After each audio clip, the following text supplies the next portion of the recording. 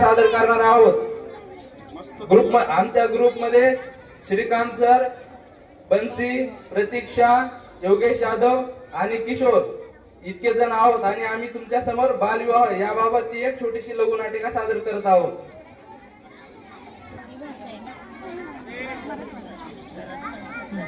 Marathwada pattern आपण पहिल्या प्रसंगामध्ये बघणार आहोत की एक सरिता नावाची अल्पवयीन लहान वय असलेली मुलगी आहे आणि तिच्या विवाहाबद्दल तिच्या घरामध्ये तिचे आई बाबा चर्चा करत आहेत किंवा तिच्या लग्नासाठी काय करत आहेत, स्थळ बघत आहेत। आणि त्यामध्ये ती कशामुळे तिचा बालविवाह केला जातो तर घराची आर्थिक परिस्थिती ही कशी असते, हालाकीची असते। त्यामुळे आणि घरामध्ये इतर मुलं असल्यामुळे त्या मुलीचा शिक्षणाचा खर्च हा तिच्या घरच्यांना झेपत नसतो।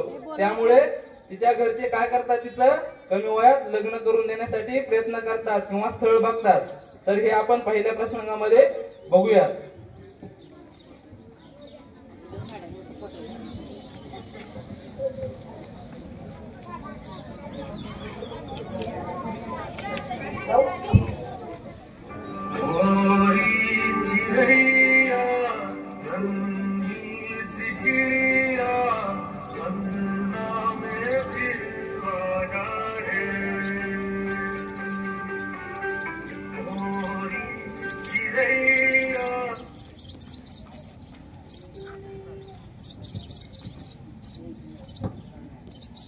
संध्या, संध्या, काय झालं?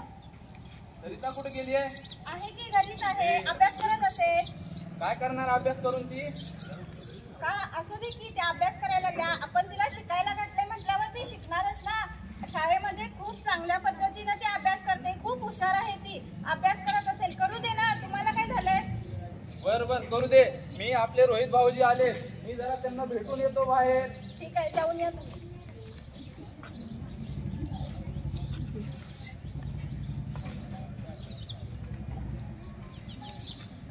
सरिता, बाळ सरिता, काय करते? अभ्यास करत होते।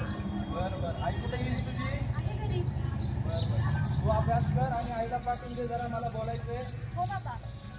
आई, बाबा बोलवत आहेत तुला। काय म्हणत होते? काय नाही, आईला पाठवून दे म्हणाले। ठीक आहे, तू अभ्यास करत बस, मी जाऊन येते। अहो ऐकलं का? काय झालं? काय म्हणताय? मी आपल्या रोहित भाऊजींना भेटायला गेलो आता। अच्छा, काय झालं मग? काय बोलत होते? रोहित भाऊजींनी मला भेटायला याच्यासाठी बोलवलं की त्यांनी आपल्या सरितासाठी एक चांगलं स्थळ आणलंय आणि स्थळ खूप चांगलंय। मुलाच्या घरी खूप शेती आहे म्हणे। काय काय बोलताय? अरे हो, खूप चांगला मुलगा आहे आणि शेतामध्ये खूप काम करतो, तो पैसे पण कमवतो आणि मग आपल्या सरितासाठी त्यांनी स्थळ आणले। तर आपण तिच्या लग्नाबद्दल विचार करायला पाहिजे। अहो, पण आपल्या सरिताचं वय आता 14 वर्ष आहे, इतकी अजून ती थोडी लहान आहे। आपण कसं काय लगेच तिच्या लग्नाचा विचार करू शकतो? अरे पण आता आपली सरिता मोठी झाली आहे आणि तिला समज पण आली आहे, घरातले काम पण ती आता व्यवस्थित करते। अहो, पण घरातली कामं केली, घरातली 4 कामं केली, तिला स्वयंपाक आला म्हणून ती काय लगेच मोठी झाली काय? पण तिचं वय लग्नाचं वय अजून झालेलं नाही, वय वर्ष 14 आहे तिचं, अजून ती अल्पवयीन आहे। आपण इतक्याच लग्नाची घाई करायला नको। समाज काय, बाकीचे 2-3 मित्र तुम्हाला भेटतील, म्हणतील मुलगी वयात आली आहे, आता तिचं लग्न कर, पण असं करून चालणार नाही, कारण आपण तिला शिकायला घातलेलं आहे। अरे पण समाजाचं काय, आपल्या घराची परिस्थिती काय आहे आणि तिच्या भावंडांचं काय? तिच्या शिक्षणामुळे त्या मुलांचं कसं होणार? त्या मुलांना शिक्षण मिळत नाही, व्यवस्थित आपल्या शेतामध्ये पीक उगवत नाही आणि त्यामुळे आपण स्थळ चांगलं आले तर आपण तिचं लग्न करायला काही हरकत नाही। नाही नाही, मी तुमच्या या मताशी सहमत नाही। तिला चांगल्या पद्धतीने शिक्षण आपण दिलं पाहिजे, आत्ताच लग्नाची घाई करून चालणार नाही आपल्याला। होय बाबा, मला शिकायचं आहे, मला शिकून डॉक्टर बनायचं आहे। सरिता बा, तू काय करणार? आता बस झालं शिक्षण, तुला लिहिता वाचता येतं, एवढं शिक्षण पुरेसं आहे माणसाला। नाही बाबा, मला शिकायचं आहे। बस, माझा निर्णय झालाय, आता काय ऐकायचं नाही, तू बस घरात।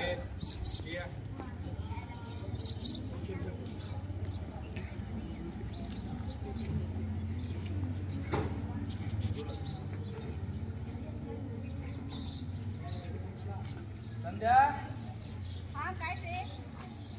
सरिता कुठे गेली? सरिता आहे की बसले? शाळेत गेली नाही आज? नाही. का? आपण तिच्या समोरच घरात तिच्या लग्नाचा विषय काढला ना, मग ती नाराज झाली आहे. ती म्हणत आहे की बाबा लग्न करायचं म्हणत आहे, मी काय शाळेत जाणार नाही. अरे पण लग्न तर करावंच लागेल आणि आता तिला समज सुद्धा आली आहे, मग शाळेत जायचं ना. लग्न काय तिचं आपण आजच करत होतो. आज ते पण जो आपण विषय काढला त्या नाराज झाले आहे, कारण तिला खूप शिकायचं आहे. बर